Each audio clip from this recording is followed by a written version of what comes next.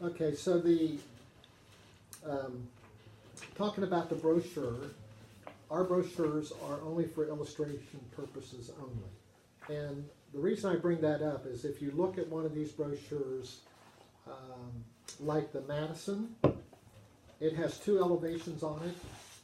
They're on the wall. And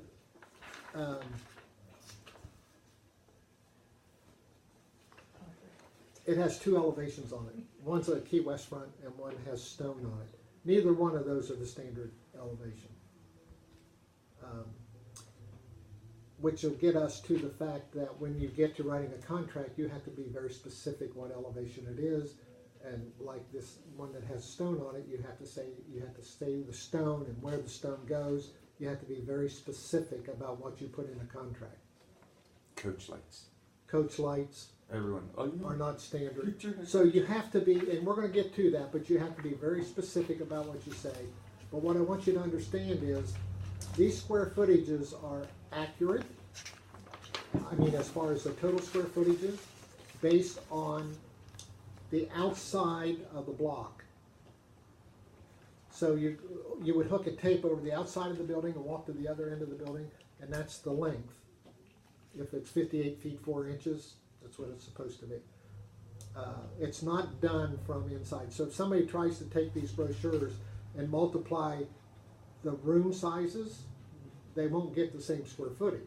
Because first of all, they don't even include closets in the square footage of the bedroom. So, or the laundry room doesn't have square footage on it. But the square footage of a house is always measured by the outside of the block. You can't total up the rooms to get 1,881 square feet. They just won't do that. And you'll see why that's done as we get further into this surveys, etc. But it says that on here that these are for illustration purposes only, but you have to be specific. Just for sake of conversation, we just had the situation that somebody had this brochure and we built their house, and this house, normal brochure is normal front is no stone, and this window here does not have any shutter on it. It has a band around the window. Which Like the Key West. Yeah, it has a white band around the window instead of the shutter on the one next to the garage. And it shows that on the plan, but the people said, well, the brochure said it has one there too. I want one there. Well, we already put the band on. Now we have to tear the band off, patch the stucco, and put the shutter on. You know, on the illustration that you have in your hand, it's different than that as well, because on the one that's on the wall it says there's an asterisk, stone and metal roof is optional. We don't have that on there, which we probably should. Well, that's where those came from. No, we added it to those because we realized that at that point. Well, you need to get this done. That's a good I wonder point. if you can do that. Of course they can. No, I mean, I know they can, but I wonder if Bree Well, can. I could probably add it. Yeah, you could probably, even if you, Yeah, make Put sure you it- do it on the put it Royal across the Oak, bottom. on the Coral Bay as well. I put it Yeah, on that's all a of good, them. you better make a note of that for you. Here, keep that to remind yourself. Well, the Royal Oak and they come with stone. No, they don't. It says stone's optional. I thought the ones on this side came with the stone. But we did that at one time. Yes. That was early on, yeah. So Remember it's when been we around kept too long changing now? features and prices, and that's what, yeah, that was, when we first did them, that's the way it was. You know, It needs to Bill be on the brought up R1. something that I would have never known yesterday when we were at the model as well. Just a little kind of backstory that I wouldn't know, that when you talked about the other two houses that were Rosa houses. Oh, the Sierra and the Sycamore? Yeah. I thought that was Oh, neat. I oh. didn't know any of that. Yeah, the house on Bayshore was called our Sierra model. That's the first model we had. And then we purchased the lot behind the corner. We bought the corner lot and the house the Sierra's on at one time. And then we bought the lot behind where the new model's gonna be later, and we put our second model there. And that model is the Sycamore, which we sold 200 of those things, a lot of them. And it has a guest suite on the back and a swimming pool. So it's a detached, well, it's not detached, it's attached by a roof. But those were our two models. And that corner where our model is now was our parking lot. But when the recession came, we sold those and kept the lot. That's why we're building the model there. I love the fact that you have two walkways that come, that Yeah. lead to nowhere. I think that's so cool. Yeah, yeah. And when we built that originally, we had landscaped the front yard and put our name in the bushes. In other words, we had the bushes arranged so it spelled our name. And because we were on the side of a little bank. And that was the biggest talk around town is, everybody, it said Rosa. You could see it very clearly. But when they put the sidewalk in, they made us take it out. Hmm. So, yeah, that was, both of those models we sold a lot of. And we probably are gonna redesign, if not one of them, both of them, to have some more floor plans. So, anyway, these cost sheets we touched on, there's 3 of them enclosed in the brochure. They are priced per county or city, whatever the case might be. And they are the base price of the house. So this is what comes with the base house. It's this price. If you go somewhere else, there's an upgrade, there's an upcharge to it. That will be in PS Client. If it's built on a city lot or county lot, it doesn't matter. This is the base price. Everything else, everything in these things are geared around 80 to 125 foot lots, 80 foot wide and 125 feet deep. And we're gonna go over that too. But just so you know that this is the base price. Anything else they want that's not on this feature sheet costs money. And there is a It price does for it. include the impact fee. Yeah, and this does include the water and sewer impact fee and the county impact fees in the base price. Which a lot of the builders don't include. Some things that we should really talk Some about. do, some don't, you never know. Yeah. And Well, they change back and forth monthly. We've had this discussion every quarter, because that's when we look at our pricing every quarter. But we've probably have done changes since you've been here, haven't we? Mm-hmm. Every quarter. I mean, we pretty much, when Bill started, we were offering a stone and all that stuff, and now we're not. So, anyway, And the that's, other two is well and septic Yes. priced. yes. Oh, yeah, right. The city of Port St. Lucie has water and sewer, so their price sheet includes the water and sewer fees for the city of Port St. Lucie lots. If they're in Martin County or St. Lucie County, the price is with well and septic tank. And the well is 120 feet deep, and the septic tank is well, it depends on the house. It's a 3-bedroom, because they do it by bedroom. So it's 3-bedroom or 4-bedroom setup, and it starts at 900 gallons, and the 4 bedrooms 1,050 gallon tank. So that's included in that base price for those in the county.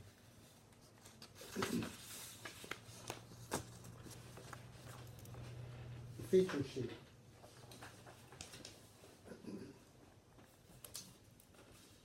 You have to understand what comes with the house.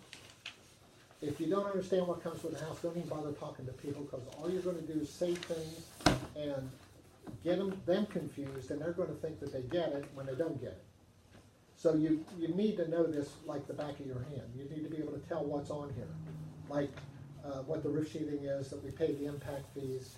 This is only for the house, lot prep, all of the lot prep, the tractor, the clearing, the hauling the debris, the fill, pulling out the slab before they prep the slab for concrete. Everything that has to do with moving anything on that property is a lot prep, and it's in addition to the base price, and it is an allowance, which means if we allow you $10,000 for lot prep and it costs $15,000, you have to pay the difference. If it cost, if it cost us, say $9,000, then you get $1,000 credit. To Take a use something. step back and let them know that we do lot preps. We get a estimate. Yeah, I get to that with the contract. Okay. If you end up with a layer of muck 6 feet under, That's true. So we just had this situation. The problem with buying scattered lots, when you're in a subdivision, you really don't have this issue because all the soils have been tested. They did all the site work, and prepped all the lots, because they're generally up to almost height, the normal height of where your finished floor is gonna be in a subdivision. Like, Tradition, for example. When they build houses out there, they have to bring in very little dirt because everything's already built up above the street. And they know what the soil is underneath it. When you buy scattered lot, it's a crapshoot. And one of the reasons is because there's bad soil, or when I first came to Florida, which was in 1981, you were allowed to knock the trees down, dig a hole, and put the trees in the hole. Well, the wood will rot over time. So it's been a long time now, so it's been 30-some years, so those trees are rotten. So if you put any pressure on them, that earth just collapses. So what we do is, once the people have their lot, we do a test boring. And our engineers will only sign off on the compaction tests if we do a test boring. The test boring costs us $750. We do it, the only time we do it is after they purchase the lot. We can't do it before because somebody's got to pay for it. It's in our standard features that we do that soil boring, but we don't do it until they have the title to the lot or pay us to do it. So what happened was these people bought a lot, and nobody really wants to do a test boring, because if it's bad, they don't want the lot, right? Because you got to pay to dig all that dirt out if it's bad and put good soil in. And the same thing with well and septic tanks too, but let me finish this part of it. So what happened was these people bought this lot and they closed on the lot, and we're building a house, and we closed on the construction loan, and now the house is under construction, and we sent out the engineering company to do the test bore, and it's muck, 4 feet of muck. So we got to dig it all out and put in all new soil at the tune of $8,000. So we told the owner. That made her really happy. She was very pleased. Not, but And so she's already closed. yeah, the loan's already closed. So the lender doesn't want to hear anything about it. They could care less. It's up to the buyer. She's got to do whatever she wants to do. So what happened? We had to work out a deal with her to get it done. The point I bring that up is because we are not responsible for latent soil conditions. That's in our contract. So when you buy a lot, you buy it at your own risk. It's not our risk. I mean, we don't know what you're buying. And if you want us to do the soil boring, we'll do it, but you're going to have to pay for it if you want it done before you buy the lot. Once you buy the lot, you bought it. You can't back out of your contract once you bought it. so we'll reimburse you once the contract goes through. Right. Oh yeah. If they pay us, we're going to get into that. Or it's called in the early start. But if they pay us to do the soil boring, that will be credited back to them in our contract. In other words, we won't charge them twice for it. They already paid us for it. But most people aren't going to do that. They're not going to. And the problem is that we have to clear a spot of their land so the truck can get in and do a test bore. So it starts to get relatively expensive. We have to clear any of it, then we have to pay somebody to go clear it. Do they still do that? Dig a hole and put the trees in Yeah. it? Trees? Do they still do that? Is she's asking? What? No, they do Oh, not. no, They don't? Okay, sorry. I'm just That- making yeah. sure. 'Cause No, that's done. But the problem is, But the Those problem is it lots wasn't are too, there. it wasn't too long ago. no, it's maybe 10 years they quit it. Yeah, because when I owned the lot clearing company, they were still letting us bury them in the back of the property. We built a house about a year and a half ago, maybe, on the water, on the river over here. And we did test borings. and we did a couple of them, and we found not under where the house was going to go, but where the swimming pool was going to go was bad soil, or it was actually the trees that had rotted, and so when they tried to do a test boring, the drill just fell through it because it was just. And so anyway, they had to take out, the pool contractor had to take out the soil and replace it. So it is a problem, and it's expensive. Is So- that where sinkholes come from? Well, that can be, that is a sinkhole, but that's not really where the ones you hear about on TV are from. Sinkholes usually underwater or Yeah. underground water. Water Flow. causing it. So I would advise you to learn and know this by heart, the stuff on this feature sheet. Then this could change every quarter, but typically it doesn't. This typically we're trying to keep constant. The price sheet will change, probably will change every quarter. So the main things you need to know here is our standard features does not include impact windows. It includes Bahia sod, does not include any irrigation system. You don't want to hook up irrigation to city water anyway, because you'd go broke. Cost a fortune. If you want an irrigation system, you really need to buy a well as well. Those two things together cost about $5,400 for a regular 80 by 125 lot. But there's, you know, like the appliances, what you need to know what appliances come with the house. You know, how the drywall is completed, what the interior trim is, you know, what rooms get tile, what rooms get carpet. And I think this is basically tile in all of the house, the whole house except the Just what area? just the wet areas. That's what I said. Yeah. Mm-hmm. And the building permit, we pay for that. We pay for the survey. That's another thing, surveys, and we're going to get into that. That's what that is. Builder's risk. We pay builder's risk insurance, and they and Which I no one reckon, else does, by the way. and I recommend that. Back up. What? Tell me some value statements about builder risk insurance and why they need The other sell it to companies me. make the buyer Pay for it. buy their own. And what does it cost? What does it cost It's them? I don't know what it costs now. I closed on a house in July, and that almost held us up. It was $1,700.